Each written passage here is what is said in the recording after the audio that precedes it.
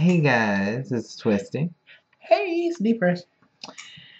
And it wasn't recent, but we did see the movie Red Dawn. And we're a little slow on getting the review, and I don't even know it's still in the theater. But hey, we're gonna talk about it. You're gonna enjoy it. And if you notice the flashing lights, hey, it's around Christmas time, and it's just, Christmas. It's not some creepy alien movie where, someone's gonna attack us from the back. Though if they do, please call help now. But we should be fine.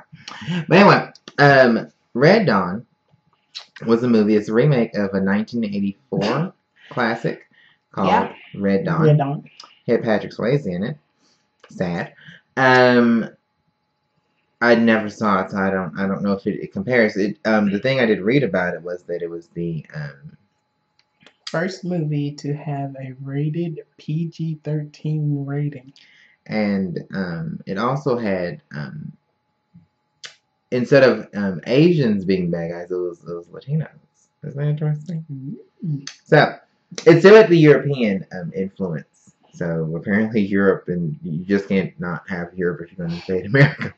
Apparently, but it was this idea of you waking up and suddenly you are no longer in charge of your life, basically. Right. It's sort of like I feel like this movie was almost a reverse of what some people feel is happening in Iraq, and I feel like this movie may have been kind of you seeing the other side of it, not for the people that's doing bad, but for the people that was just kind of innocent bystanders just walking by. Mm-hmm. And so it's kind of an interesting take on that, seeing the opposite reversal of it. But we do have a lot of patriotism in this movie because we have the family that chooses to stand up against them rather than just accepting it. Because if they accept it, granted their lives are controlled and everything in their life, things like it, and monitored, but they won't be hurt. Yeah. But basically, the movie is about a family. It's just the father and his two sons. The mother died. And it's about the older son coming back, and then the next day they wake up and they're being invaded by Korea and North Korea. Mm-hmm. Oh, excuse me, North Korea. And and it's kind of how their life ensues from there, like how they had to persevere. And basically throughout the movie you see them it was the two brothers,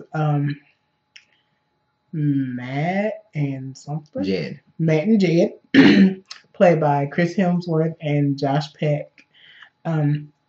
They grabbed some more innocent teenager people, trained them on how to survive, and they basically formed like their own little family / militia type thing because they were going up against the North Koreans. Entitled The Wolverines.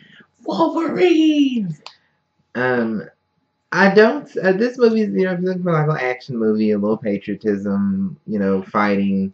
Yeah. And this movie is fine for that. I mean, it's not going to be a movie that's going to like just break your heart or really change your life or be overwhelming. It wasn't meant to be. I think it's just one of those movies where you're just getting to yell and scream like "Go America!"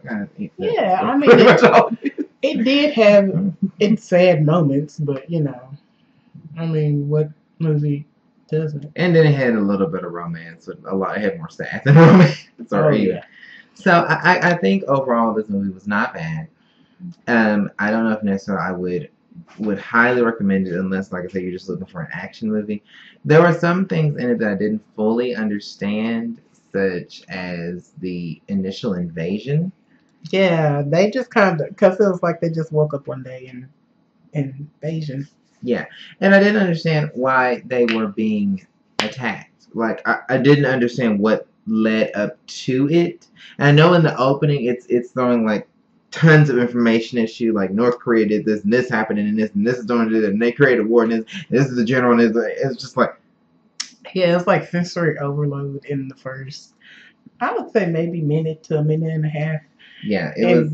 And it's kind of hard to process all of that. So you're just looking at all these images, and then eventually you're still like, so why are we being invaded again? Right, I didn't fully understand what led to this, and I didn't understand why the military wasn't there. It's kind of scary when you think about, the military being overwhelmed or being, surprised, because they said they had some kind of device that took down all of the the. power, like They cell never phone show towers this and stuff. device. They never show how it is used. They only show that It's in a briefcase. there's a magical telephone that connects to everybody. They don't want no one else to have the telephone. But you understand, if you have the telephone that communicates between their bases, I don't understand what that has. It's a lot of things. It was like we have to get the telephone, and I knew we had a goal. I just didn't understand how we got to the goal. So, there's a few little plot holes along the way that I feel like it tries to make up with having suspense and action and patriotism. Whereas, as you're looking, if you're just trying to find, like, you're trying to follow the plot, it seems like there's a few tears along the way. So, it doesn't come with a high recommendation. Like I said, I can't compare it to the original. Maybe this one was better. Maybe this one was worse. I don't know. Although I will say I did like the ending. It wasn't happy or sad. It was, I guess, truthful for the situation. Yeah, so I did enjoy it. So yeah, I guess I could say that. Yeah, the ending was fine. The ending fit the movie well. I didn't judge the ending as, oh my gosh, she did that. No, it fit. Oh, and some of the other actors and actresses that were in it, Josh Hutcherson, which is Peter from Hunger Games, Adrian Palicki. I hope I'm saying your name. Isabel Lucas, Connor Cruz. He made his movie debut. If you can't catch, that's Cruz. Mm-hmm. Yeah, I know he's black. What? Yeah, everybody was like, yeah. So, but yeah, awesome. Like I said, it was a fine cast. They did fine. There was nothing really wrong with it. It's more or less plot issues, so I can't rate it very highly. It was a good action movie. It was a good action movie. It's fine. Yeah. If you're looking for a great movie.